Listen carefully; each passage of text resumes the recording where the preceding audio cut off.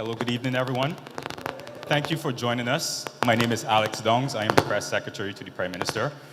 Thank you for joining us here at St. Joseph Speaks. Apologies for the delay, but we are now ready to begin. Once again, if you are prepared to speak or share some of the issues or concerns you have, we invite you to join us at the back of the room, where you can leave your information with the desk from the Prime Minister's office. Then you can have a seat in the rows straight ahead. So without much further ado, I'll turn you over to our Deputy Prime Minister, Member of Parliament, obviously for St. Joseph, and other members of the head table. So thank you once again.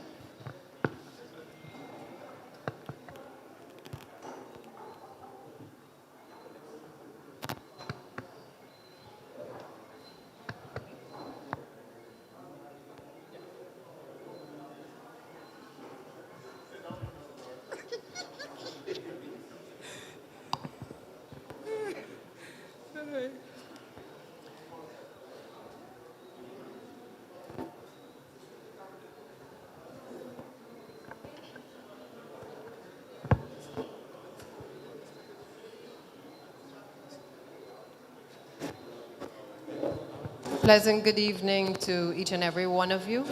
As you know, we are here this evening to discuss the issues affecting the people of St. Joseph.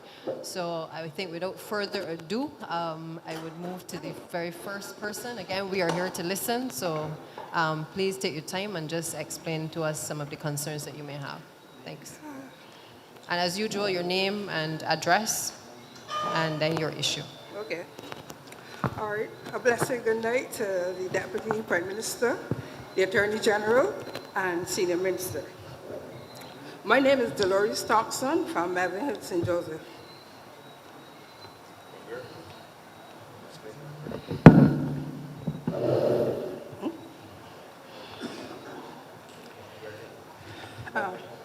Melvin Hill, St. Joseph. Madam Deputy Prime Minister, I just want to touch base on some matters in the parish. Just like to welcome the Prime Minister.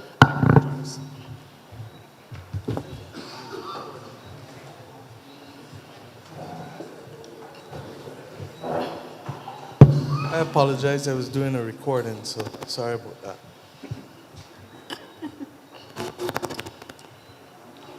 Yes. Roadworks, the bridge, Melvin Hill Bridge, the bus service, Lancelot Bridge, and I just need a little clarification from the Prime Minister on the Tenantry Freehold Purchase Act and the Land Tax Act.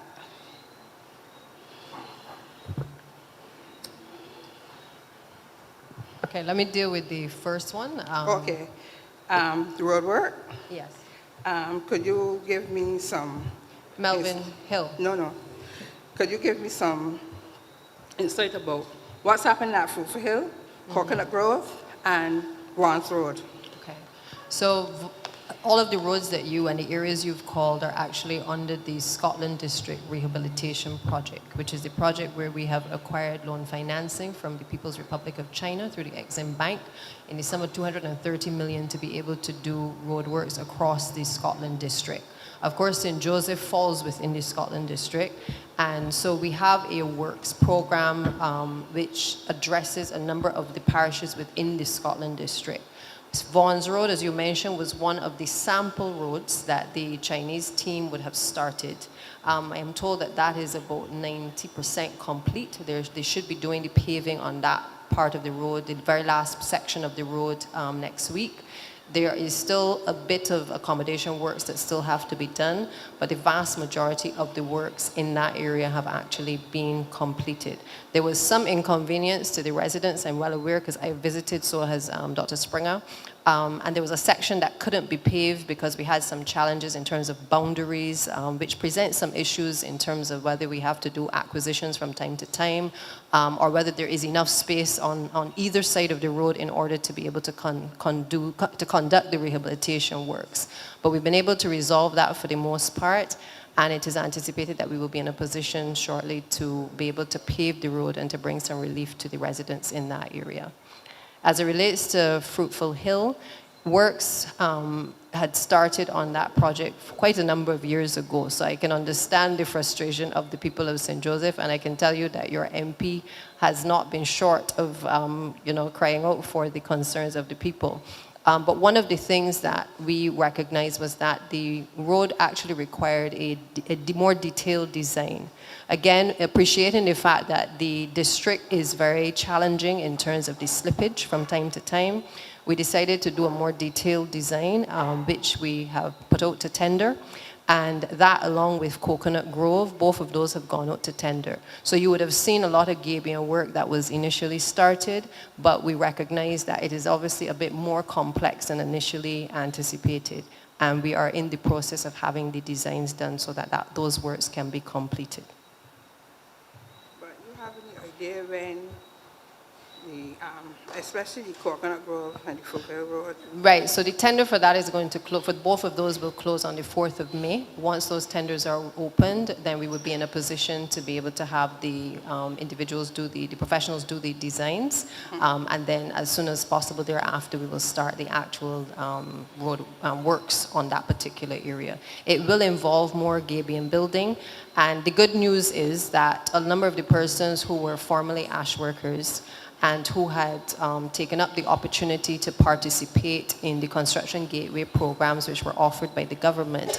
Many of those persons have actually been hired back now as part of the gabion worker teams to be able to help us across the Scotland district. So if you go to Triapath in St. Andrew, you will start to see works taking place there.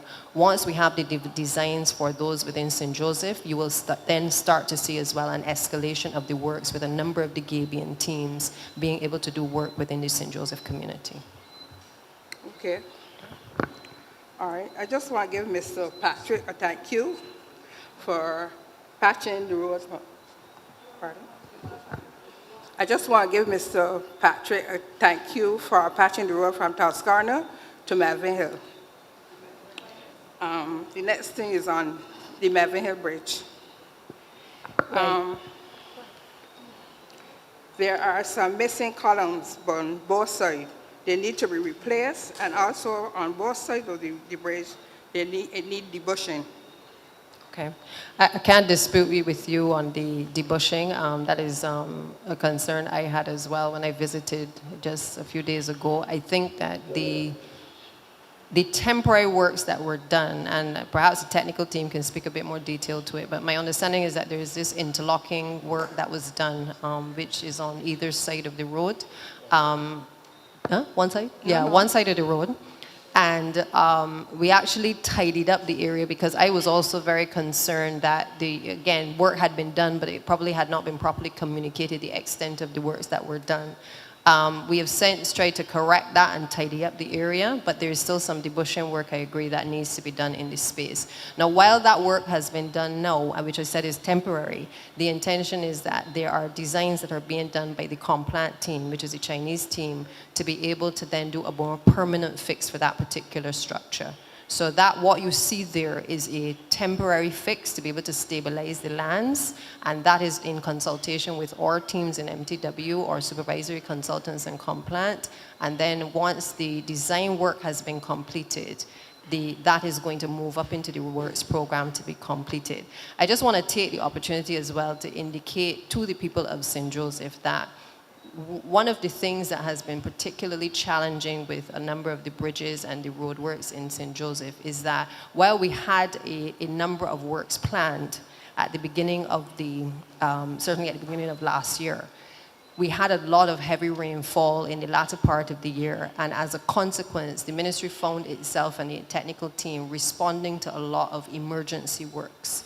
We then had to take areas like Mellows Hill, Melvin Hill Bridge, and other Spa Hill and raise them higher in terms of priority within the works program in order to be able not to affect the residents in any further way.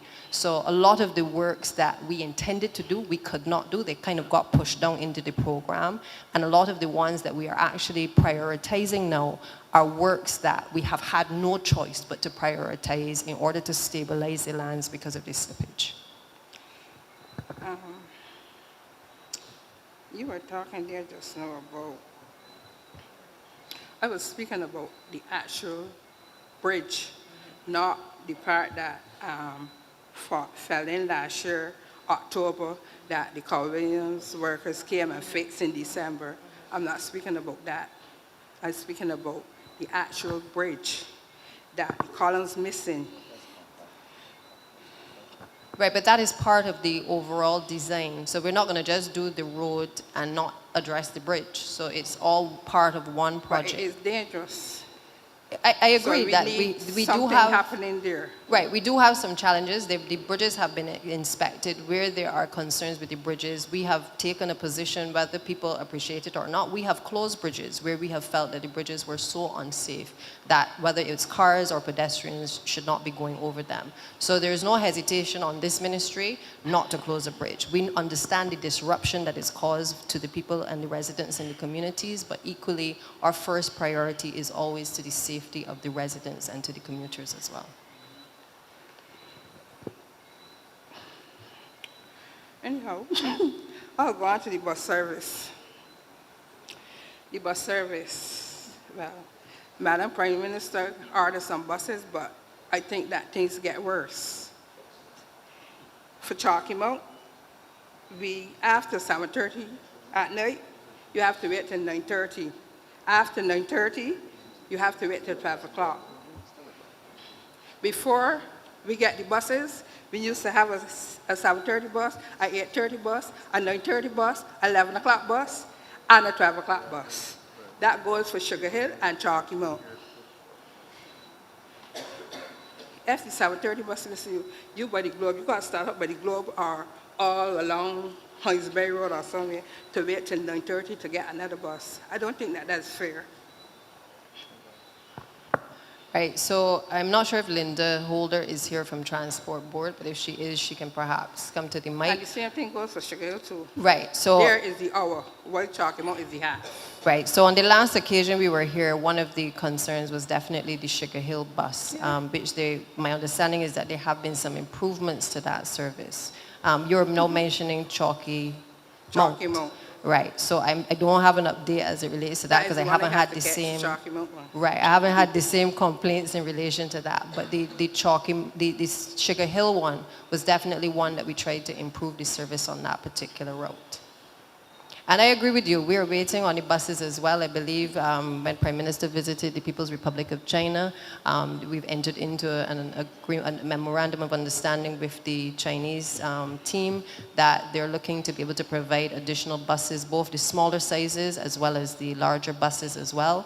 And I'm hopeful, as you know, that these things have to be manufactured, obviously, before they can come to Barbados in terms of shipment. But I'm hopeful that by maybe early next year that we'll be in a position to add to the existing fleet of buses that we have here. Okay. All right. Land slippage in St. Joseph. What plans the government have to assist the residents in St. Joseph who are facing land slippage?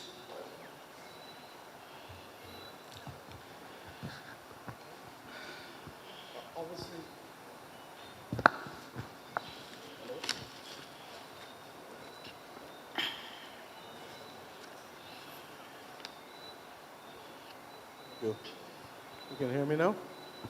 Yeah. Obviously, it depends on where the area is and the extent of the slippage, so I think you would have to be far more precise in the question. If there are concerns, let us know, and we will have either geological reports have been done already, or we will have to get to see what is the situation. But to say that we're going to do X, Y, or Z is just to give you an answer to move you from the mic, and I'm not going to participate in that act.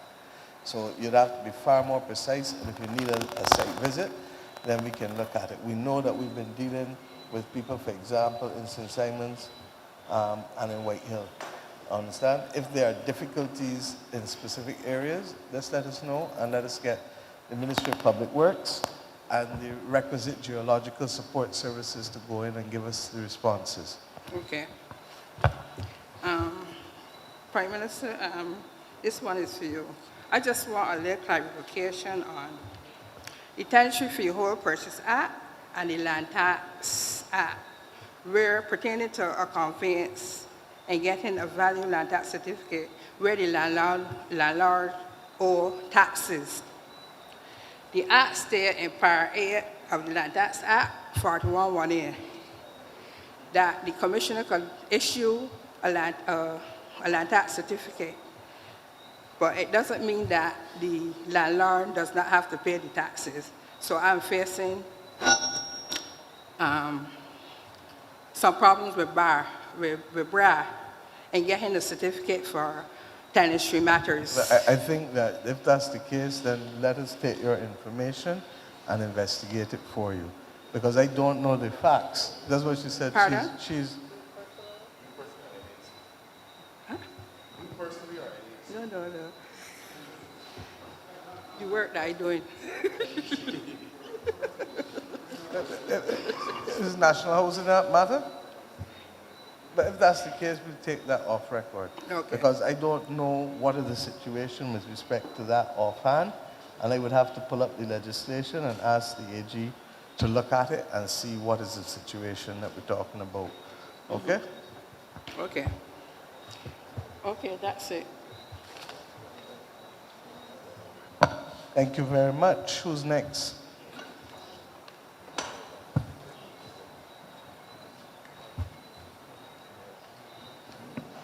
Good night to the head table, Prime Minister, Deputy Prime Minister, Senior Minister Duguid, MP, Dale Marshall. My name is DeCourcy Holder. I'm from Lamers in St. Joseph. Last year, we were here speaking about roads, and I asked questions about the road behind there at Easy Hall. Nothing has been done to that so far yet. But I'm hearing now about you can't do the roads because of the bridges, and I understand that. But there's some roads that don't have bridges that can be fixed. Sugar Hill, Branchbury, Chimborazo, Erie Hill, and Lamins. And Lamins closed where they side roads. But everybody asking me when the day come. Because I always went the ground. Well, he was off the road for a little while, but I'm back now. And people asking me every time I go on the road, and Plecky, when we can get roads in St. Joseph fixed. Up to Sunday, I had to tell a guy, I never worked in government yet. I never was an MP. So don't ask me them questions. Come to the meeting tonight and ask these questions. So I want to know, as Ms. Thompson said earlier, I know it can get a little bit, maybe monotonous because I'm not hearing much, but everybody can be talking about roads. But I want to know when we can see our drive on some good roads in St. Joseph, just like we don't got till we get them proud to get a little smooth ride. We want to get a good ride down from Air Hill, from Sugar Hill, Branchbury, and we want to drive smooth too. And that will help save the buses, because when the new buses get on these roads, they sound like when I used to go to Sunday school at the mission in Brazil, the same with licking. So we want to know when we can get some good roads. I can ask these questions, then I can sit, and who want to answer can answer. You may be able to answer, Ms. Batcher, when I finish with the roads. But there's another one, I don't know if Mr. Charles Griffith is here tonight, but if he's not here, I hope my MP can answer this question. What are the plans for the pavilion at Lamins, if there are any? Because for too long now, this pavilion was closed, and nothing happened with it, and it's ruined. Rats, rodents, all sort of things in it. And the guys over there scrimmaging at night, but only they can't get a cricket match out there because they say that we don't have a good pavilion. They got a cricket match series going on here right now. All the games are playing right here at Grantley Adams. And the reason why they say that the people in Lamins can't get a game or two, because of that the pavilion is no good. We don't have a pavilion. And that was closed when Dwight Sutherland was the minister. Charles Griffith came to Lamins in the 22 election. He said he had the plans, he see the plans already. But I don't know if them lost. So I want to ask Mr. Marshall if he can tell us what are the plans for the pavilion. And my third question Ms. Thompson mentioned housing, but I'm going to mention one particular house, and that is in Sugar Hill in St. Joseph, has been built since Elsa. And I took it upon myself yesterday to walk up there to see if anything happening to the house. Because people tell me it paint and it finish and the woman can still move in. Far from the truth. The lady cannot own her house yet. Because the well ain't there yet, as far as I understand. The house ain't finished paint. It's still prime. Well, they got on, it got in current. I don't know if water in it. But the lady, this book nearly, I said Elsa, I can't remember what time Elsa passed, but from time Elsa passed. And the reason why I asked that, there was a gentleman on television some time back from that house, and I don't remember his name, and he said these words, that they're 85% finished with the housing from as far as Elsa is concerned. But in December, by the 30th of March, they will complete the whole lot. 30th of March gone, nearly 30th of April, and the lady still can't get in her house. So anybody can answer those questions, I appreciate it. Thank you. No, I don't know about it, but I'll investigate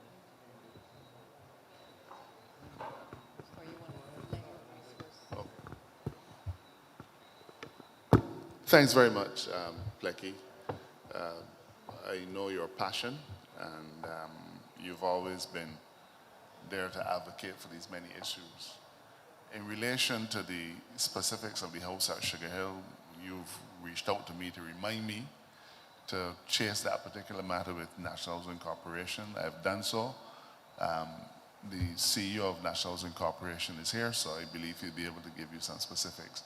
In relation, though, to the pavilion, if you follow the estimates, I asked that specific question to the minister and his team, and the National Sports Council indicated that to replace the pavilion, to rebuild the pavilion for us, will cost just over $1 million.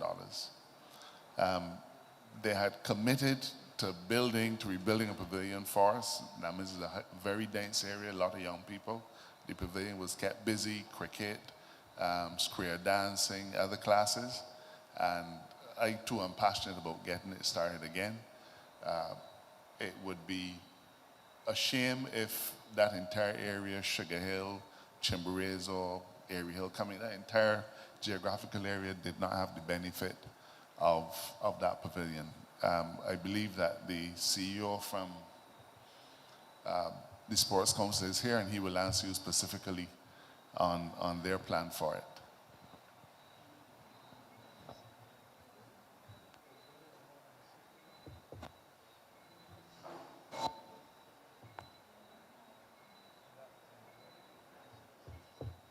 Yeah, good night to the head table, and good night to the residents and constituents here. Good night. Can you hear me? Good. All right. Indeed, we spoke to, in the estimates, as the Member of Parliament, Mr. Marshall, indicated, we have allocated a sum of money for the pavilion at Lamins. The pavilion at Lamins goes back a couple of years, as Mr. Plecky would have said, going back to Dwight Sutherland. That pavilion was in a horrible state of disrepair, a lot of termites and so on. And we went there with a team to look at the pavilion and to understand the requirements for a new pavilion. And we decided on a structure. We have a plan in place. Those plans are to be firmed up. But we have allocated money in this financial year for the pavilion at Lamins. We know that Goodwill Cavaliers plays there. And we know, as the Member of Parliament would have said, there are a number of young people out there on the hard court and by the primary school there that want use of the pavilion. So we are very much aware of the need for the pavilion. We are very much aware that the pavilion will draw the community spirit back into that community at Lamins. And we have the plans and are working on the plans so that later in the financial year, we will seek to move and start construction there at Lamins later on. If I may help you too, Neil, you were doing the one in the city of Bridgetown now first, correct? Yes. And what's the other one? We're doing that. We are doing the one at St. Matthias. We're also doing the one at Meadow Road. We're working on the plans for that. So there's a number of pavilions that we're working on. Right. And monies have been apportioned, but it's going to. Yeah, and therefore this becomes, once the plans are finished, we will look at it and prioritize in the same way. What we discovered when we came to office was that a number of pavilions were badly in need of work. Correct. And community centers. Correct. And with the best will in the world, you can't do everything all at once. So we have been doing them as funds allow, and we hear you loud and clear, sir, with respect to the need, as we've heard the Attorney General raise it on the floor of Parliament, with respect for the need for this pavilion to be included in the chain of ones that have to be done. Okay, so thank you for raising it. So if I can just address your question in relation to the roads. Again, just to indicate that there are different types of roads. So everybody would have realized we did a lot of roads on the mill and pave recently in the early part of the last few months from January. Those were roads that were relatively straightforward, where we didn't have any issues in terms of utilities, roads that obviously didn't incur any slippage, as in some cases happens in the Scotland district. It was difficult to do roads within St. Joseph because of the issues of slippage. And in many cases, we have to do the designs on the roads before we can actually move to full rehabilitation. You have to do a topographical survey, you have to move to preliminary designs, and that involves the input of a number of different entities to be able to weigh into that process. And then you get to detailed design stage, then the project actually goes now to tender, and the selection of contractors then to be able to do the construction of the road. And even in that, it obviously requires the intervention of the various utility companies to coordinate the replacement of mains in some cases, as well as the removal of light poles. Because if we're widening the roads, we're making the roads a little bit better, obviously these are things that have to be provisioned before the contractors can actually start to do the major works. You asked specifically about certain roads, and so I just start there to just give you some context, but simply to say that, for instance, if you take Tent Bay, that particular road is on the coastline. And what we recognized was that we had to look to have a discussion with Coastal, for instance, before any determination could be made as to how we proceed. So those discussions are ongoing with Coastal, because we also discovered that Coastal apparently had a study done in terms of a design for the road previously. So the Complant team and the technical team are currently in discussions with Coastal to be able to look at whether, for instance, the design that previously existed, if there needs to be any modifications or if it can be used in its form, and then we can make a determination as to whether we can proceed with Tent Bay and move that up the list in terms of a priority. You also have Mellows Hill, which I'd mentioned earlier. If you take that particular road, we had to actually do a temporary bypass because a side of the road actually has just fallen away in terms of a landslide. And that road is actually being designed. So that's one of the ones that fell into the category of emergency works along with Melvin Hill. And we had to move that up the ladder in terms of priority.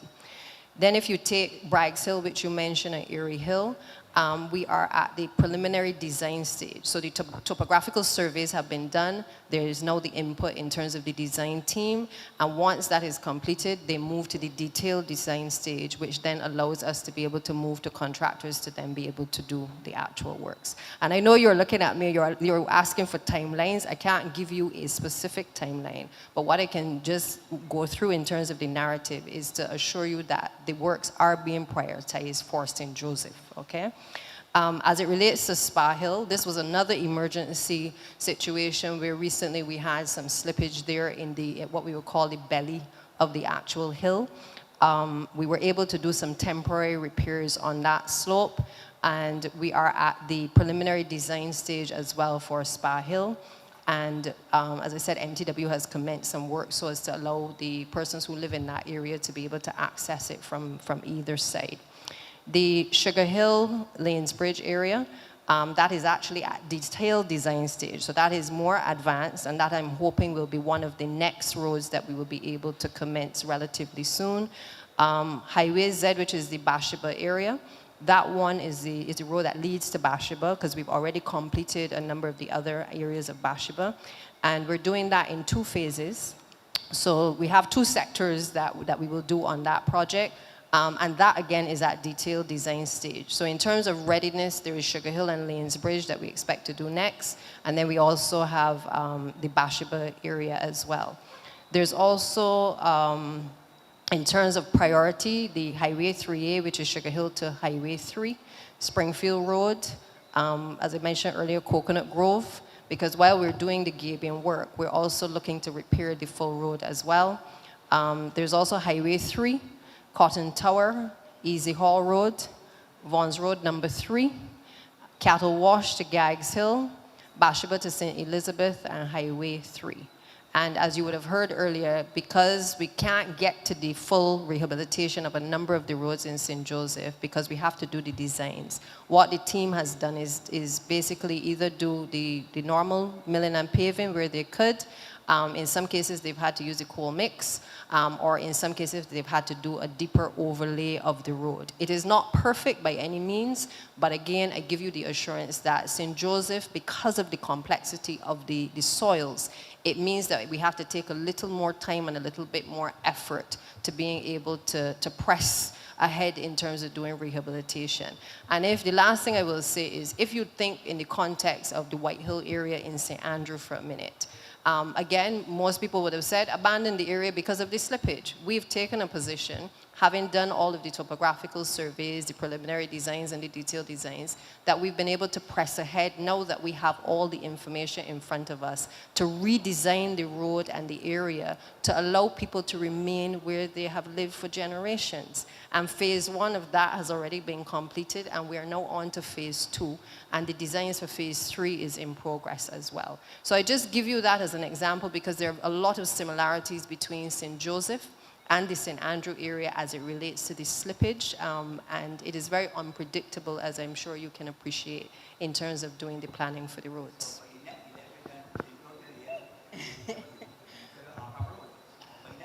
I hope before the next election. Based on my schedule, I am pressing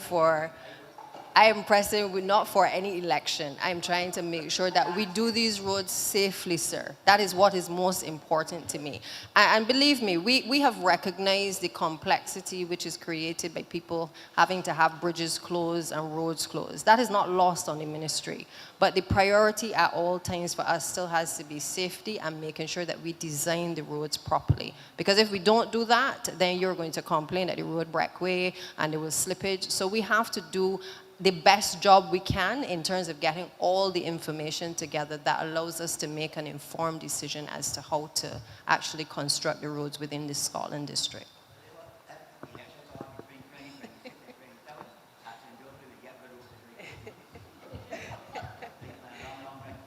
Thank you, sir. I am listening to you even as you speak softly. If I can address the concerns raised with respect to the delays of the house at Sugar Hill. It is true that we have had some challenges at Sugar Hill with the particular house mentioned, but William Clark National Housing Corporation. But with respect to the house, we can say, and we're happy to say that the house is completed. We do have some remedial works to be done on the outside with respect to landscaping.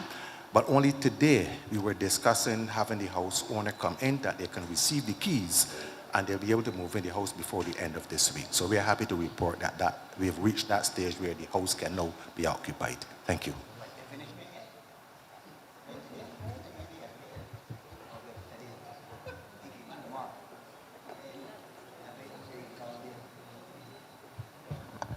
Just before you take the mic, ma'am, Mr. Holder from Design Collaborative, DPM, is indicated is here. And many of the roads that people are speaking about are roads in the Compound project, Scotland District project. And Mr. Holder, you are one of the consultants dealing with this project. Would you like to address the complexity and the difficulties that we are having, but the fact that we're still making progress? Sir, thank you.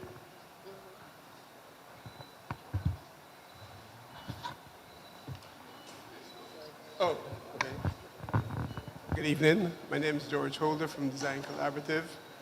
We are the employer's representative, which means that we stand between the contractor complaint and the government and the government of Barbados. But we call it employers representative. The issues that we've found in the Scotland district is we have to find ways and means of dealing with surface water in the clays that exist in the Scotland district. We also have a situation where previous designs of roads did not have to carry the loads that we have to carry these days, the size and weights of the vehicles. And in doing this, or in trying to solve these problems, we have to undertake detailed and soils investigations, geotechnical investigations. Now, geotechnical investigations can be simply excavating a pit and looking at it and having tests done. It can also mean, and in many instances it's required, to do boreholes and send those samples off to the government lab to have analysis done in order to get some information to the engineers to determine what is the best form of base construction for the road. And also to determine the response to the subbase of the road in the event that water does get into it. Our main challenge is to keep water out of the subbase. That means that we have to really look at the drainage, the existing drainage, well, there's none really, but we have to create new drainage methods, whether it be culverts, box drains next to the road. We also have to find the natural water courses to lead the water off the road into those natural water courses, because in St. Joseph and in St. Andrew, there is none such thing as a suck well to take it away. Now, in trying to find these areas, or the so-called water courses, or getting water to those water courses, it may mean altering what we call the vertical alignment of the road. That is, the road has to change its shape in order to get the drains to go where we want to go. And it's a long design process. It involves the compliant team first doing their preliminary work. My team, I also have engineers on my team. My team then review what they have done, and we ask them to provide us with the information as to how they arrive at this situation. We then give advice as we know it or we understand it. They go back, make changes, come back to us. If we are satisfied, then that is considered to be a project that can go. But that's only the beginning, because then they have to go and do some estimates.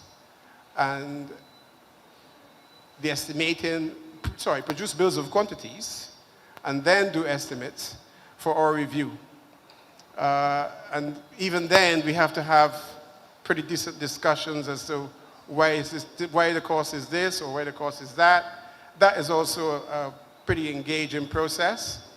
So I'm saying all this to let you know that the time period, I know the gentlemen want to know if the roads will be completed in a specific time. The roads will be completed in a specific time. There's a 3-year contract between Complan and the government of Barbados. And we anticipate and expect that the roads will be completed in that time. The specific roads in St. Joseph, which he mentioned, which are under design at the moment, we estimate that maybe in the 4th quarter of this year, and perhaps towards the end of the 3rd quarter of this year, we will be able to start 2 or 3 of those roads.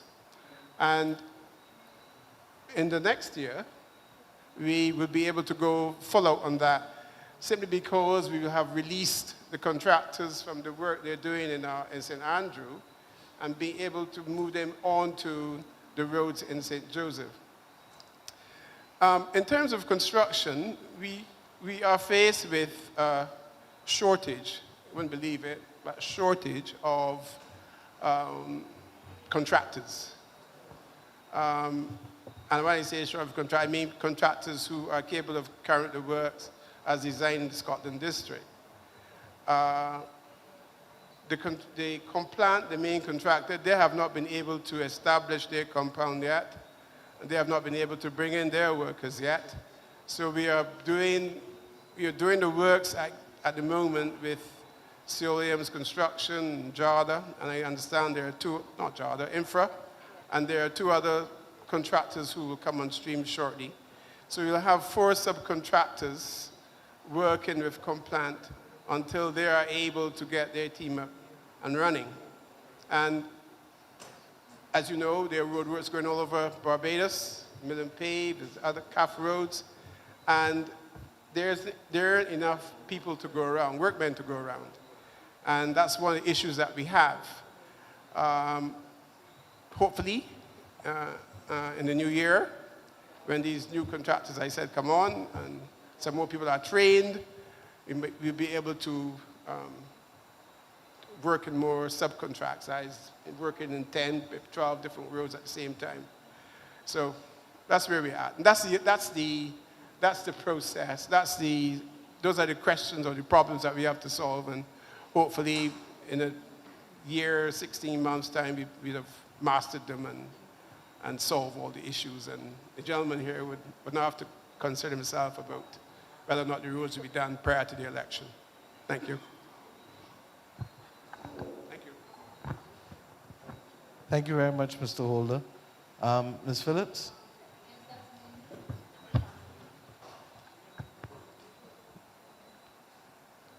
Good evening to Madam Prime Minister and the head table. I am Patricia Phillips, born and bred at Chimborazo, now living at Lammy's Close in St. Joseph. Spent all my 67 years in St. Joseph. I'm a bit disappointed in what I can see happening or not happening in St. Joseph, but that's not my issue. First, Madam Prime Minister, thanks to you and the Waterworks team, whoever they may be, for allowing me to be able to have water running down my back instead of splashing from my basin. You would not understand, who didn't live it wouldn't understand what we went through. And kudos for your management of the COVID-19 experience, especially on the medical side, because that's my pet peeve. Now, my concern, I live at Lamis, where I live. I am surrounded by 5 unoccupied, overgrown lots that the trees are taller than the light pole. I am having a rodent problem, mice and rats.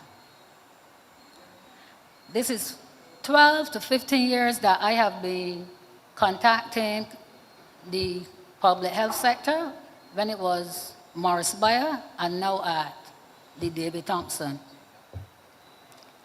The last health chief, Mr. Bourne, I went and spoke to him because he lived in my district too, and his solution for me was giving me 6 bags of rat bait. All right? What they're telling me is that, oh yeah, you have to find out who the lots belong to, and it's a process. So I tell him, look, I know one of the lots, the name of the lot. It says, well, a person that goes to your church. Nothing has happened. Now, I contacted the leader as there now, Miss Clark. She's giving me the same thing, so it's only like a state record. Last year, when I went here, I did not voice it. I spoke to Mr. Morris behind the scenes. He said he would call me, and he did, and I felt good within a day or two. But this is April now, a whole year. He sent a gentleman from sanitation to look at the debushing. The man came, yes, I felt smart, and he said, oh, this is about 3-4 loads and $800. I ain't got that kind of money to pay for the debushing on somebody at spot. Huh?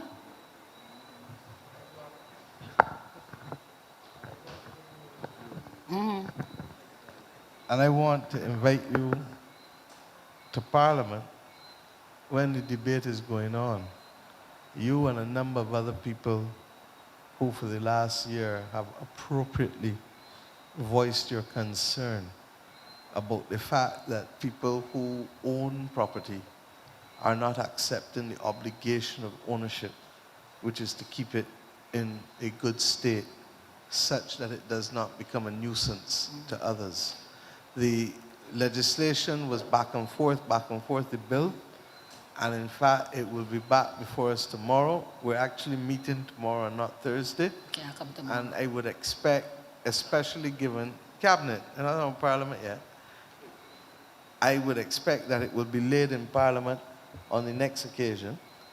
And then at some point in the month of May, hopefully, that we can start the process. It may have to go to committee, I'm not sure, but if it does go to committee, I'm going to ask for an expedited process in committee, because there are too many people in this country who are suffering as a result of people's failure to And my keep. case is severe. I was held hostage outside my door. I hear you. A rat at the top of my door. hear- A rat at the top of my door. I hear and when you. I throw something at the But rat, I stick don't off want on you the to fall wall. down. I don't want you to fall down, and I don't want that to happen. No, So that's why I tell you that I want people like you to come to Parliament when this is being debated, and if it goes to committee, to actually come and give evidence. Because this is the only way we are going to change. 15 years? Yeah, but I tried clearing one, they wanted my right, but I ain't able now. At my age and my old heart, I ain't able. And I spend a whole lot of money. I just had to buy a bottle of Whirlpool Glow, what you call it, for 132. Out my pension, huh? If they would come, and to be honest, somebody would come and at least clear it off, I would spend some money in keeping the grass down with some spray. I can understand. Huh? I can understand. In But- other words, you want reasonableness. I can. Not true? Five, of course. You want 5 spots. reasonableness. But I'm sometimes you have to create a new reference point to get people to change the behavior. So And the new reference point for us is to be able to have the legislation, and people will soon decide if they want the government to clean it up, they will repay the government the money the government spent, and they will also pay a fine for the fact that the government had to do it. Or they can go and get it done themselves. So they will have a choice. Nobody's forcing anything on anybody. They have a choice. You can clean it yourself and make sure that it is not in that state, or you can let the government do it, and if you don't pay, it goes on your land tax bill. And ultimately, as you know, to do anything with land, you have to be able to clear your land taxes. So just as water rates are a charge on land tax, this will be a charge on land tax too. And sometimes you have to do these things in order to ensure that people understand that there's a line of discipline, because there was a lady who spoke to us in St. James Speak, and my heart has not fully recovered from what she has had to endure and experience because of the insensitivity and lack of consideration by those who would not do what they're supposed to do with what is theirs, their land. So, please. because of the overgrowth, people coming and dumping the dead animals, and they got all the stench to deal with. Yeah. No, we hear you. So there isn't anything that public health, the environment They can do, environmental health can go around, but with the best will in the world, they can't do all the overgrown lots, which is why we're taking the approach of the legislation, because at the end of the day, the government will then start to do these things, and a lot of people will apply their hearts to common sense at that point and recognize that it is cheaper for them to clean it and get it kept low than for the government to do it, and then on top of the government having to repay what the government paid to a contractor to do it, you're going to have to pay a fine as well, because you're taking up government's time, forcing people to go and do things that you should do on your own, quite frankly. So, madam, on the legislature, isn't there, Lawrence, any advice on how I could, anyway I can own these properties, if I clear them, that I can own them? I'll talk to you, Lawrence, later. You want me the government? No, but we hear you. We hear you. And the truth is But in the meantime, that I was also being very serious by saying come to Parliament, because the Attorney General, your representative, has worked very hard. Don't go there, Madam Prime Minister. He's worked very hard on Don't getting go there, this because done. if not, the meeting will finish at 10. Don't go there. Thank you very much, ma'am. Because we were suffering from the water problem, and I didn't see no representative coming around to see how we were doing. Pat, Man, you gotta hold look on. after the people. I now have to speak because I was the one that he brought up here as far back as when we were in opposition and then in government. And in fact, I'm not talking about the hold LD. on, only tonight, the amount of money, I asked not just for the money, but for the process. And the truth is that Mr. Halliday is here on the Water Authority, and I'm very happy that I am in a St. Joseph where I can say that there is, for example, the new reservoir at Castle Grant. They want to repair the old one, but there's some other areas that we have to do first before we can repair the old one, because you've gone from a 290,000 gallon reservoir to a 1.5 million gallon reservoir. Similarly, we would have done at Mount Pleasant, the pump station and the water storage tanks at Mount Pleasant were done in order for us to be able to send water up here, coming through, where it was again, Vineyard. And we have been able as well to complete one of the reservoirs and a pump station at Apes Hill, because when the same AG took me on the tour with the Water Authority in May of 2021, we recognized that St. Joseph gets its water depending on whether it is Eastern St. Joseph or Western St. Joseph. No, I would only know all of that if he and the Water Authority people carry me for the tour. And I then, as Minister of Finance, agreed to work to make sure that what we learned. I remember coming up here on December 31st, 2016 or 2017, Boo husbands of blessed memory. You understand? Boo brought me out here and we came up and we went all wrong. You remember? All Year's Day. When everybody else was in town trying to get all the things for All Year's Day, we were moving all around. So I'm happy that much of the problems have been solved, but here's the other issue. Because of the pressurized water coming now, you know what's the next problem? Worse. They burst. But when I look at the reports for the burst, the truth is that the burst for the first 4 months of this year are much less than they were in 2022 and 2023. In 2022, we had 48 incidents of burst mains in the St. Joseph distribution system. In 2023, we had 39 incidents. Overall, for the whole country, these are all 4 to 5% of the amount for the whole country. So considering St. Joseph is one of 11 parishes, you're not getting as many bursts as the other parishes. But for the first January to March, this year, first 3 months of this year, we've only had 7. So I'm hoping and praying, but at the same time, I'm working with the Water Authority to see how we can strategically replace key mains. And as Santia said, while she's been able to do the mill and pave already quickly, the roads that require more complexity and require services to be put in will take a little longer.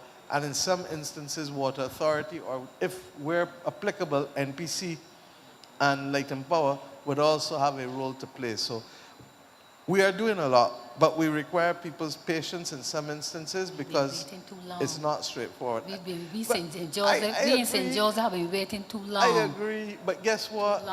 I ain't been here long. And as I tell you, I live all my life here, and I know all the nooks and crannies. I know St. Joseph. But I wish I could have been here to help you 50 it's years ago. It's a beautiful parish, but we are neglected. Thank you very much, and thanks for the showers. Thank you, my dear. Good night to the head table. My name is Marilyn Cook, and I'm from Branchbury in St. Joseph. And my biggest heartache tonight, I'm very sorry, Deputy Prime Minister, but it is at you. I've heard all that you have said. I don't want to be disrespectful. I'm tired hearing it talk. We need some roads. Plain and simple. Mr. Holder got up. He said so much, and I could bet you nobody that's saying it here ain't know Mr. Holder said, because we need roads. While the grass growing, the horse starving. And I don't know if you're familiar with this saying, but to whom much is given, much is expected. We have never ever given the Barbados Labour Party a patch seat to carry to Parliament. We have always given you a full seat. I tired of the patching because the patching does make you skid when you're coming up the hills when the road wet. I don't drive, but I am a pedestrian. And I just skid when I going up Bright Hill when the rain fall. We seriously need our roads fixed. I'm so sorry, I tired the long dog. Transportation. The Parish speaks an excellent idea, but there is something called victimization. And I suffered that at my last Parish speaks, where now there is a particular tax driver that said to me, the people tell me, don't carry you because you went to St. Joseph speak and you spoke about us. So I just walk and catch Bashua bus. Because the man even confronted me when I got off the bus, he got off to beat me. All because I opened my mouth at St. Joseph speak. I ain't a bully, but I'm speaking again. The tap drivers weren't looking at. I'm sorry. Some of them bring over the nasties that are mentality and they just terrorize us. And I don't think it is right. It cannot be fair. So I am pleading with you, all the technical stuff that has to be done with the roads, speed it up. Because the Prime Minister said we need patience. But I don't think Job want nothing with St. Joseph people. We have been patient. We don't have no more, but I know about them. I don't have no more patience left. So thank you all, and I hope you will look into the tap drivers and the roads. Marilyn, I have a question for you. Yes, please. Some roads start getting due? None? Please, ma'am, don't let me start when the roads start. No, Marilyn, I want to understand. You know you can't see to speak, but I I observed 2 roads Okay. that were started. Which 2? And none of the 2 ain't done. Vaughn's Road. Suriname and Vaughn's. Right. So Xantia spoke to that earlier. So she's already addressed that. And Vaughn's, you said, is 90-something%? Yeah, just now to be paid. And St. Joseph people Okay. upset. You know why? Hold on. As we see the patching people, the people that say St. Joseph speaks soon coming up. Hold on. No. Let me finish, Marilyn. Because if Barbados had roads done for the 9-10 years that the last administration was in, then we wouldn't be coming from so far down. Not true? But you know, I'm dealing with last I administration. know. We got to I know. cut our money where our mouths hold on, and I have to be just as frank with you. Because at the end of the day, I have 30 constituencies that are crying out for help. Now, St. Joseph, because it's a parish, is one of 30. So that we need to also, that's why I say that I'm not trying to tell you to be quiet or anything so. But I'm also giving you the facts. If you had all of these children to feed in one room, and you only have so much to be able to do to carry around, you got to make sure that everybody get a little bit, not true? And whether we like it or not, it wasn't the Barbados, this government, that left us with debt that we had to restructure and therefore narrowed the space to be able to do what we have to do. Now, we have found money, in spite of being in an IMF program, to do some of these things. But I want us also to be realistic, because you can't do all one time. And I've said it over and over. The reason why, this is the 3rd year the Parish Speaks is going. And you know why I come back? Because I want to give you an opportunity to speak, but I also want to give us an opportunity to explain to you. Because unrealistic expectations can also lead to an unrealistic mood. And I believe that I have a duty as Prime Minister of this country to also explain to you that I have to put money as Minister of Finance in schools. If the schools weren't painted or the schools falling down, what are you going to tell me? We got to take money and put in the hospital. If they weren't taking care of the hospital, what are you going to hear? You have to take the same money and put in the roads. You have to take the same money and put in the transport board. You have to take the same money and put in the drains. You have to take the same money and put in crime prevention. You have to take the same money and make sure that the police, the nurses, the teachers, everybody getting paid decently. If not, they too will feel away. You have to put the same money to offset the cost of living increases that we have been offsetting. You have to put the money to do all of these things. Now, that's not an excuse. Let me finish. That's not an excuse, but it is the reality. And if we don't share with you the reality of our existence, then you will develop unrealistic expectations. If we could do $100 million in roads one time so, I would like to do it. But what does that mean? That if I have to find the additional revenue, and we can't carry our debt above a certain level. So you still have to turn around, because if that happened, you remember what we faced when we came in? They told us send home 5,000 people. Delisle World, governor of the central bank, said send home 5,000 people. When did this government send home 5,000 people? Not once. Did not tolerate it. But what we did was that we said, look, we're going to restructure our debt. And I hear people talking foolishness now about the debt that was restructured. But I can come to that in future. When they finish dealing with their things, we can deal with them.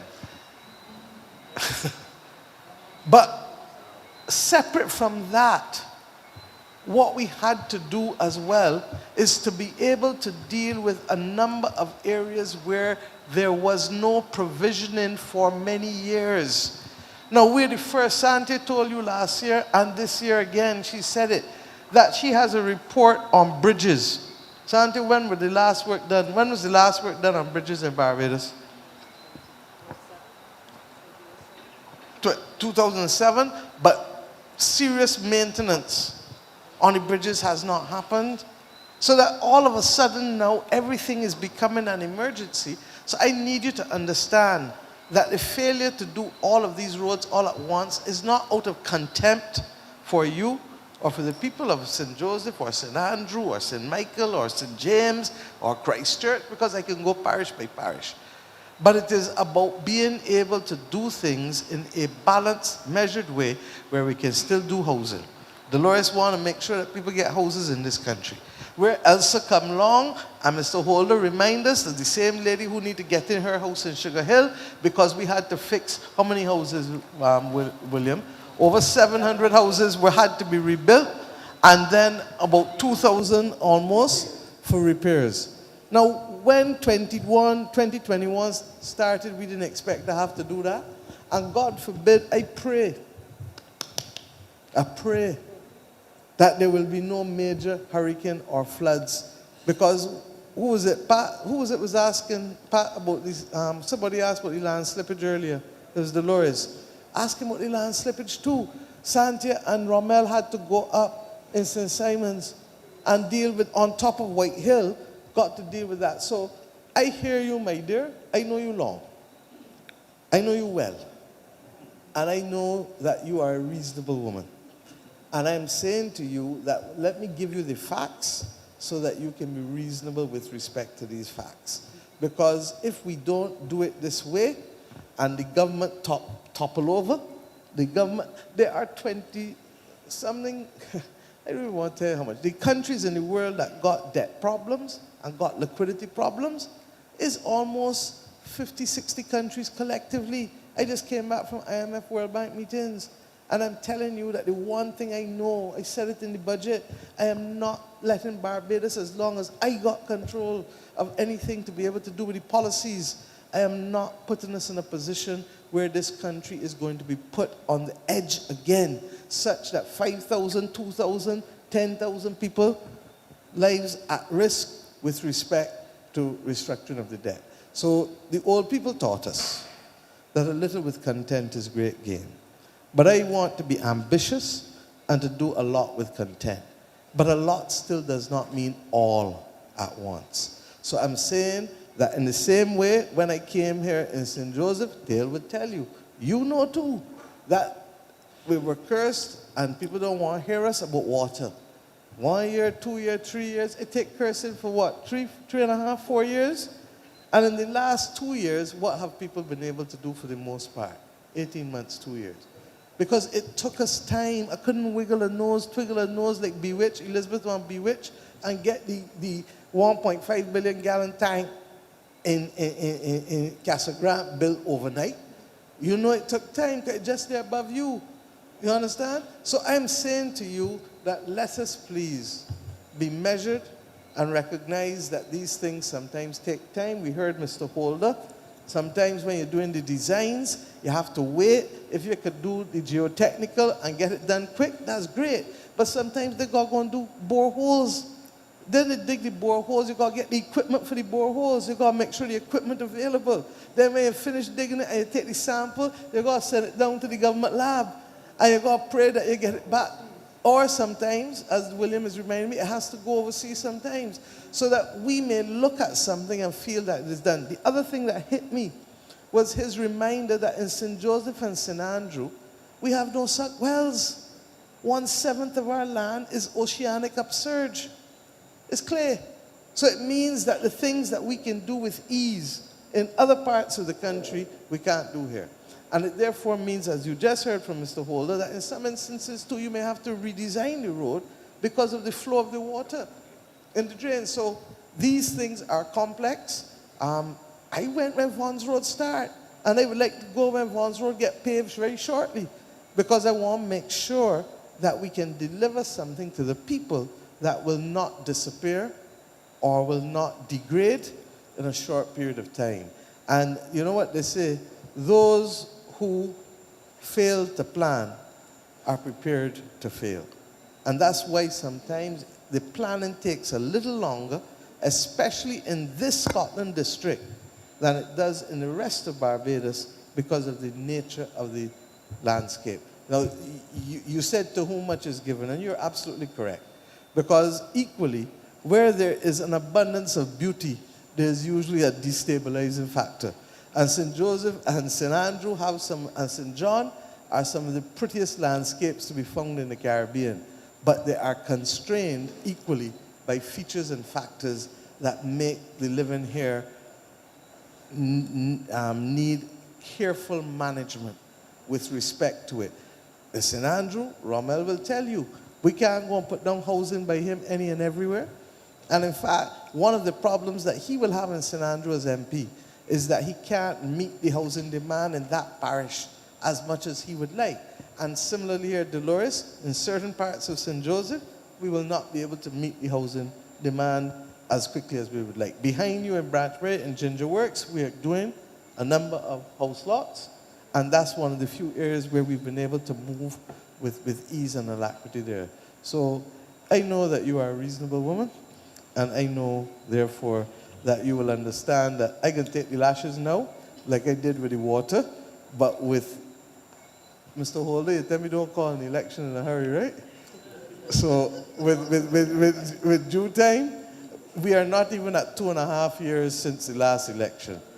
So we still have some time to go. If I was to follow the last Prime Minister, I would go 5 years and 90 days, sorry, 5 years and 85 days. So that means that I have at least almost 3 years left, if not more than 3 years. Okay. So rest assured that I am in Grantley Adams School.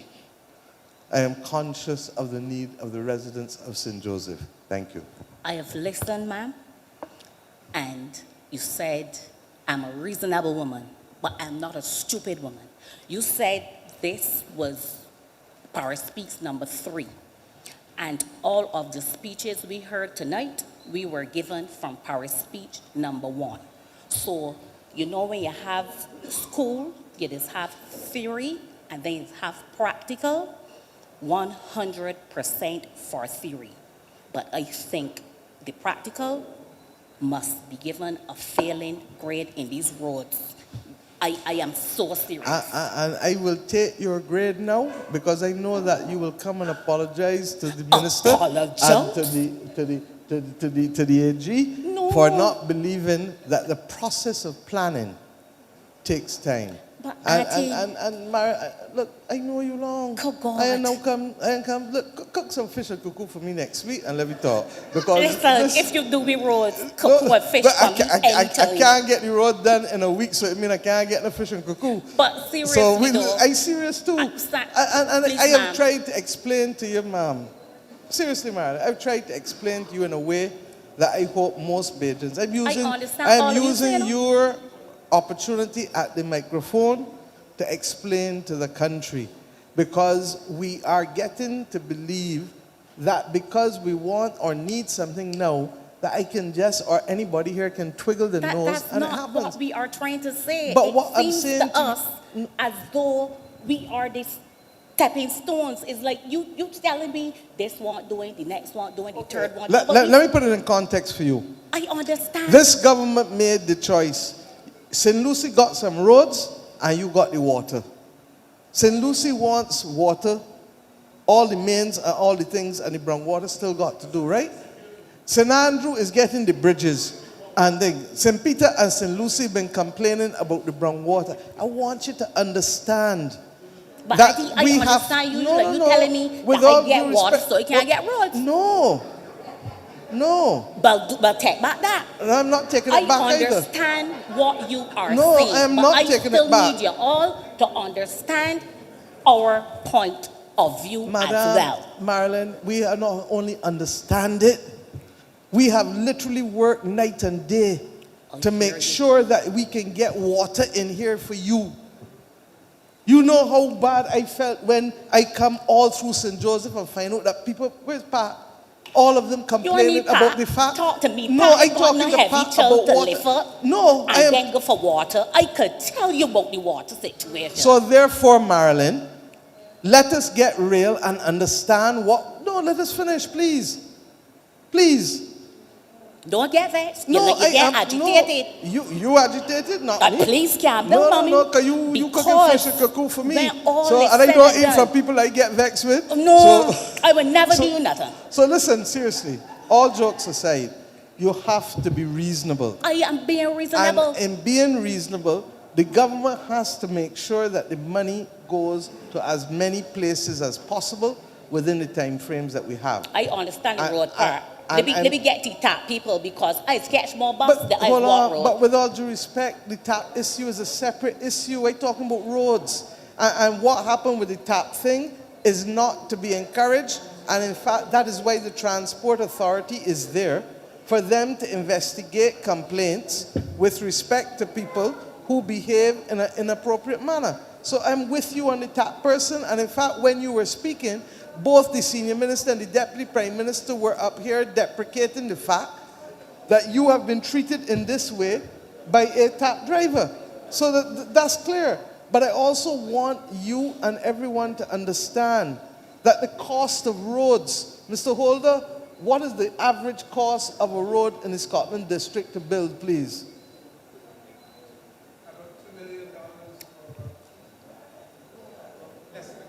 So $2 million per kilometer to less than a kilometer. So you begin to understand. And I don't want to fight with you or quarrel or I ain't anything. quarreling with you. But I am gonna telling sit down. When he Hold make on. it done and he mic No, off, me you may talk. No. I ain't talking in front of everybody because this isn't a private talk no more. This is public. And the cost for less than a kilometer in the Scotland district, because of the conditions that you and I both know that the Scotland district got, that you don't have in the rest of the island, is $2 million for almost a kilometer. Okay? So it means that we can do less at one time up here than we could do elsewhere where the road has a strong sub base and foundation. And the problem is that we also have underground water moving, not true? So that the underground water leads to the slippage as well. So it requires literally us planning properly, because if we don't plan properly, you go and put your house on it, you lost out your money, you still owe the bank your mortgage, and then what's going to happen?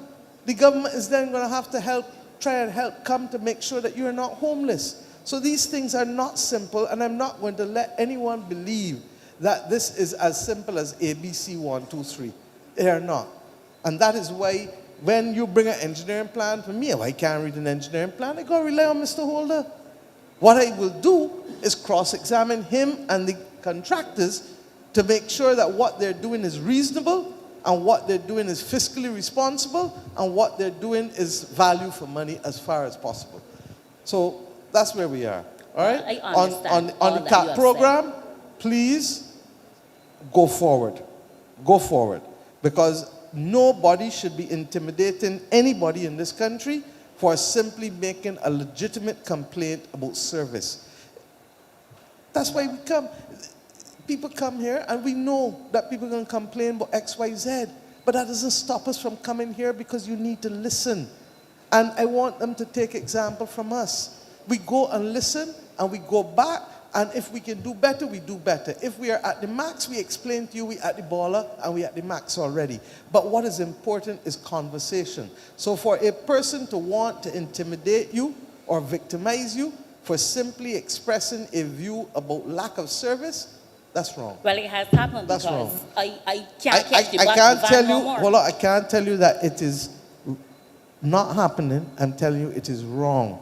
And if it is happening, then there can be a legitimate concern raised with the transport authority, who can then ask the person to come in and explain their side of the situation, because the rules of natural justice still apply in this country.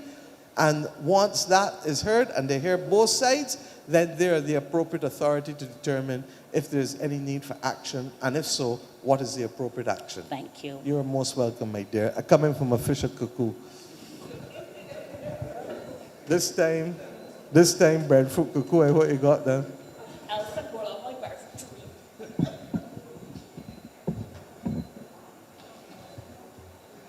Good night, everybody. I just want to speak to two issues. Sports Council, Andrew Dixon is my name. I just want to speak to, my address is Lot 38, Blackman's, St. Joseph. I want to speak to two issues. One, the hard court through the Sports Council. The hard court in Horshill was placed there in 1991. And nothing was done to that hard court since it was placed there. We played at that hard court for years. And a long time I was trying to get some action on the hard court. And right now, the rings won the Sports Council, I think. They took that. And the other It ring, needs repaving, and the basketball things need to be put back up. it need outfitting properly. The And lights. repaving too? Yeah. Okay, it need no repaving problem. because grass is growing on it, and No the rings problem. are on the That's unacceptable. So we'll list it and put it in the ones that need to be reviewed. A hard court is obviously easier for us to fix than to build a new pavilion up front. So we can get that done quicker. Mr. Merrill, you have it in your program. Thank you. Meanwhile, that is being paved. I was also asked to seek permission for the guys to this court here at Grantley Adams. We normally play on that when we get the opportunity because of the flat surface. And I think there's something wrong with the lights at this court. They're not working, so like night we cannot play. But what I really want to do, Madam Prime Minister, is to seek permission to have the youngsters to use that court until the one in Horshill is probably finished or completed, and the lights, so we can play on that. That's a most reasonable request. Mr. Merrill, can you speak to the principal here and see what help they need with the lights? The Chief Education Officer is here as well, and the Minister. And also then to be able to make the facility available to the community. The truth is that whether Horshill is fixed or not, the facility should be made available to the community after hours on evening and on weekends, so long as the school does not have a competition or a need for it with respect to school-related matters. Is that fair? Fair, ma'am. Thank you for raising it. The Chiefs, thing that is, can work too? Thank you. Since we are lacking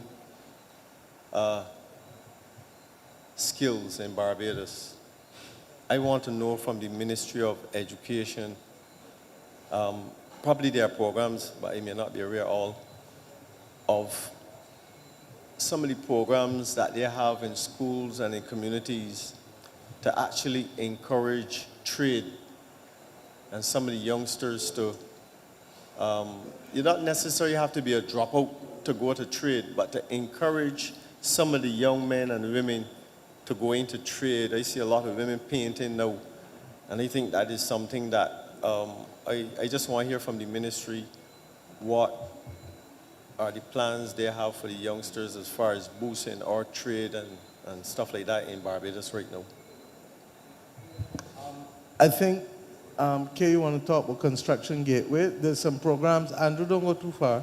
There's some construction training programs that we started 2 years ago, and I'm hoping that she can expand as we keep going because we really have a need for the skills right now. Thank you, Prime Minister. Thank you, Andrew, for the question as well. One of the things that we started to do, and we started that program last year in April, we launched it, which is Construction Gateway. And it is skills that are specific to the construction industry because Barbados was showing that we had a shortage of skills in that.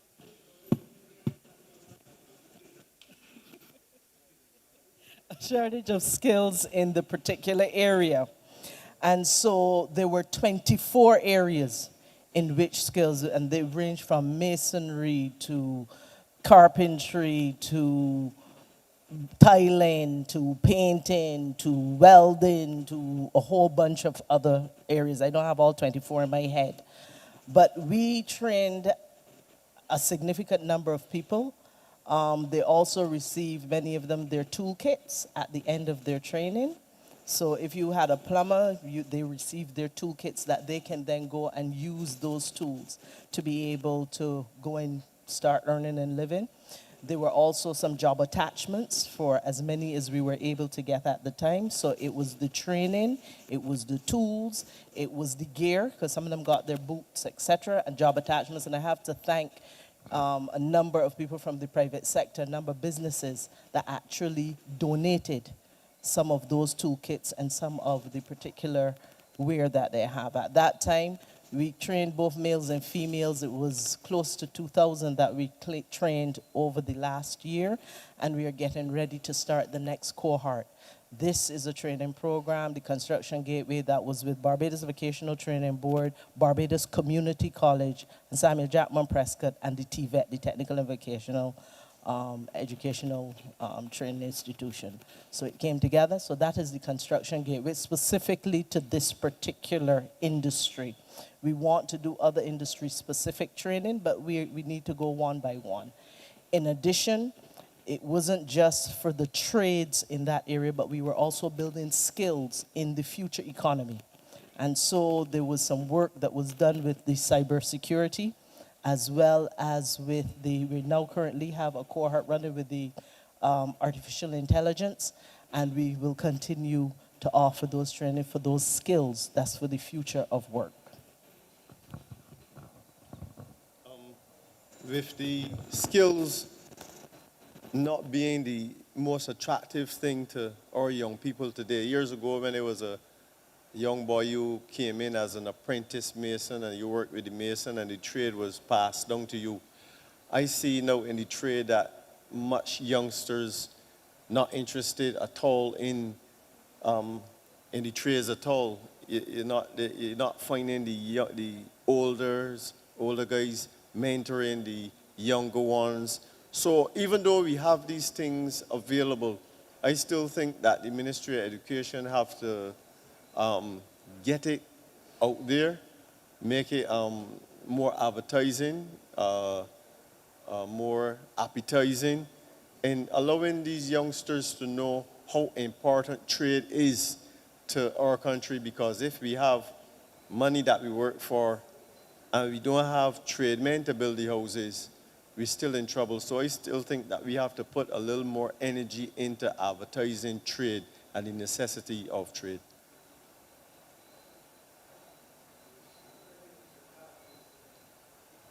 That's been a wise reflection. We comment on it all the time, that the number of young people who are willing to go in to trades is significantly lower than it was 20 or 30 years ago. The difficulty that the country is going to face is that if we don't have access to labor, to tradesmen, the price of construction will skyrocket. If the price of construction skyrockets, then from housing to buildings to investments necessary for business become excessively expensive. And either if you're a business, you may become uncompetitive, and if it's about getting access to a house, you may not be able to get as many people in houses as possible. We are already seeing it in ways, and that's why we started the construction gateway 2 years ago, because we knew that with the pipeline of projects starting to come on, that if we don't get a steady supply of labor, we're going to be in an inflationary environment in this country. And we have already seen companies begin to advertise for work permits to bring in people and to have people work. And that is why it is of concern to us. Now, we may well reach a point in the country where I don't mind if people and the youngsters don't necessarily want to do trades themselves, but they must do something that gives them a productive living. And the truth is that we don't have enough skill sets across the entire spectrum, not just in tradesmen. So they will find work probably in other areas. But the country is going to keep having to have the conversation about how it is going to have to get the supply of labor. Just as we did 15, 20 years ago, how many people were coming in from the islands and Guyana to do agriculture? Because Bajans were not prepared to work in the agricultural fields in the same way. This parish perhaps had more, and the Scotland district had more people still in agriculture than most parts of the country, but we still had a shortage. So we're going to face these shortages across multiple sectors simply because the population has declined. And when there is a shortage, what happens? Prices go up. So thank you. Anyone next? Okay. Ladies and gentlemen, I want to, no problem. Before, I'm going to let the AG speak, and then I want to just say something at the end before we close and to reflect as a family on a family matter. Thank you very much, PM, and thank you for those. Linda, Transport Board.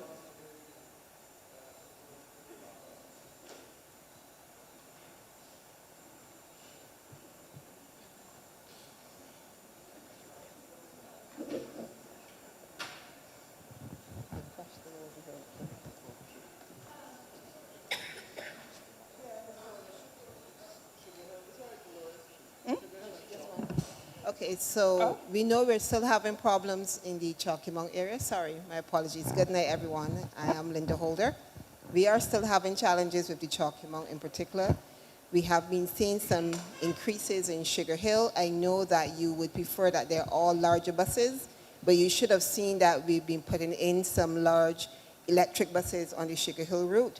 It is not the best, we know this, but we are continuing to work on it. Our resources at this point in time does not allow us to give everyone an hourly service, but we are slowly working on improving that. I know for sure the chalk amount is not what we promised last time, but we are still struggling with that. As you would appreciate, we continue to make the students our priorities. So I know the 4 o'clock in particular is a bugbear, and we've been trying to put something in there for that. But that time is proven to be a little challenging for us, but we will continue to work on it. So yes, we admit we have a problem on the Chalky Mount route.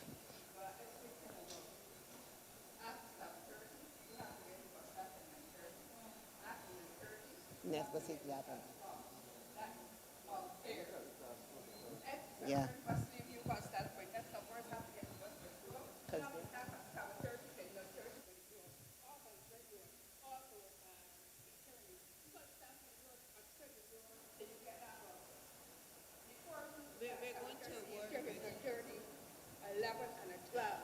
I accept that, and as I said, enough buses. No, we get buses. The service works.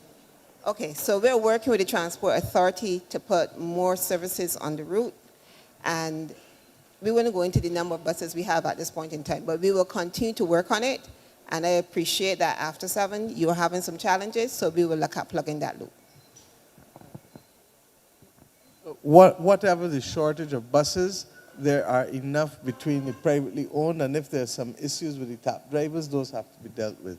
But as Santia said at the beginning, we have signed a memorandum with the Chinese government with respect to buses. And I hope that there will be a significant number of buses that we can get, but there is no part of the world now where you can go and buy anything called a bus off the shelf.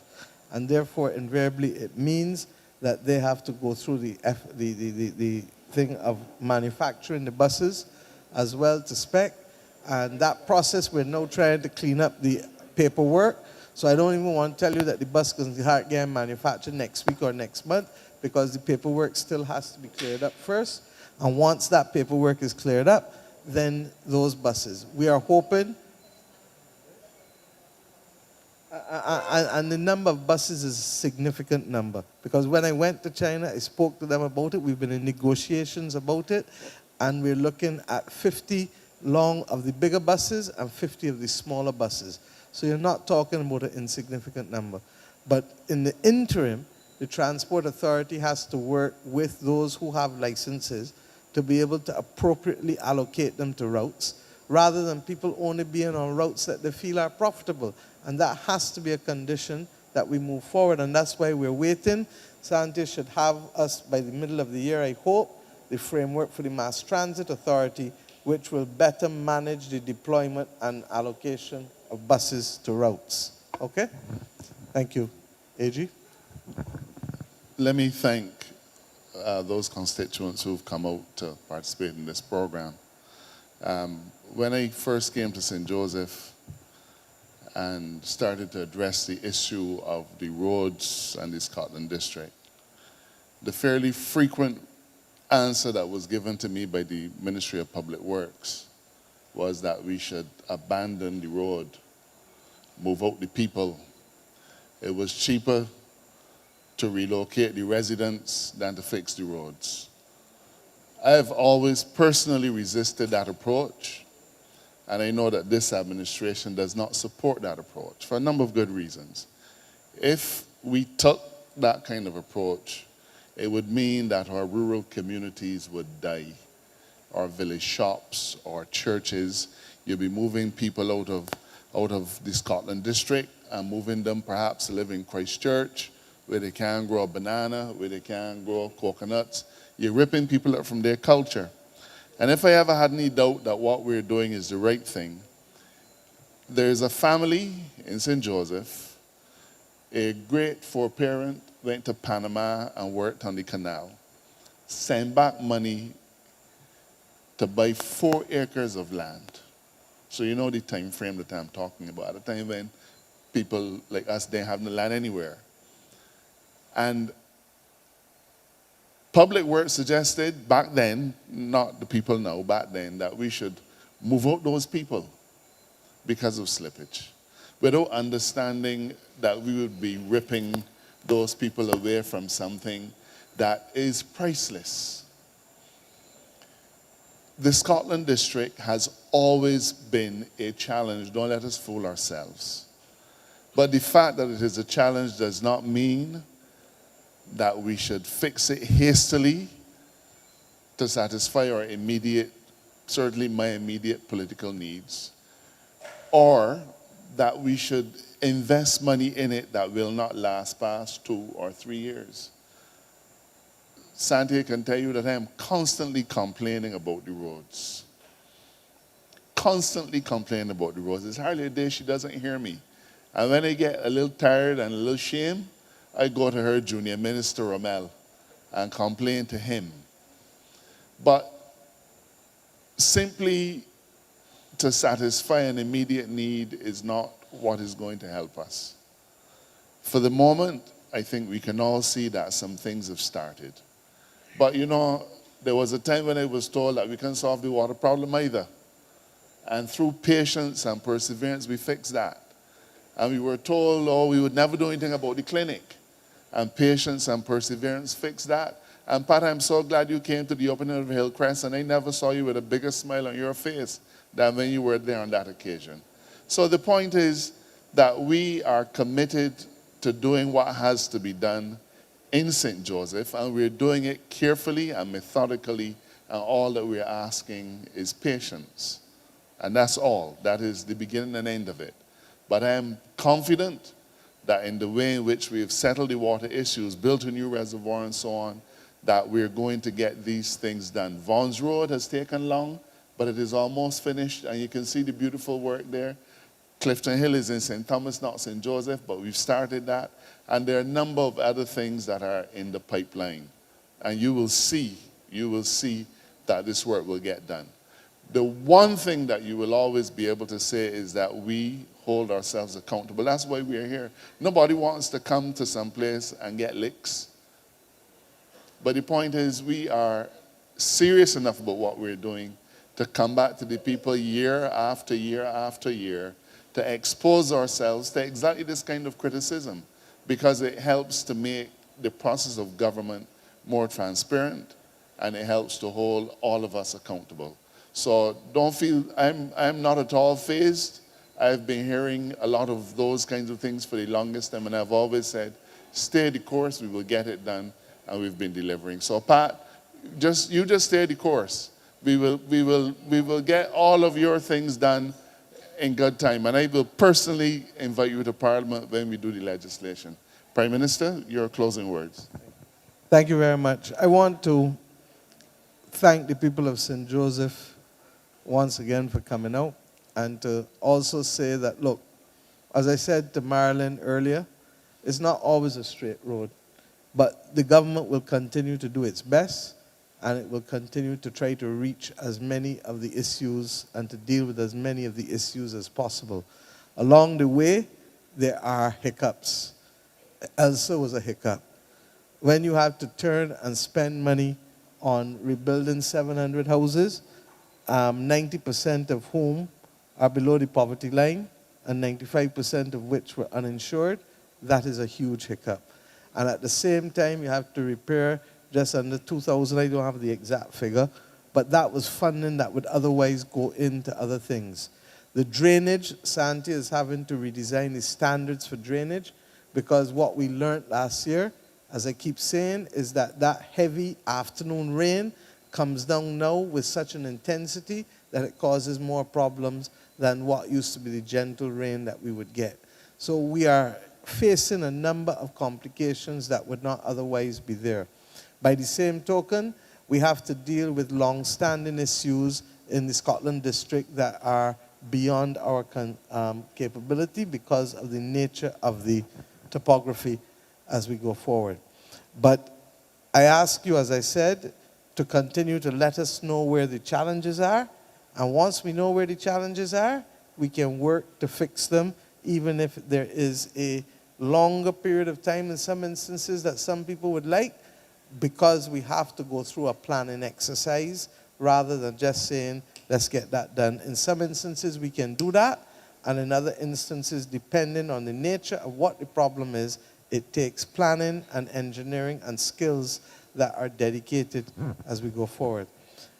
Tonight, I want to ask us to stand just for a moment's silence. Roy's mother passed away at 1 this morning, Roy Morris. And Roy, in spite of that, has been here for duty today and tonight. And I would want us to empathize with him and his family, recognizing that this has not been an easy time for the family, but he is still reported for duty. Thank you, Roy.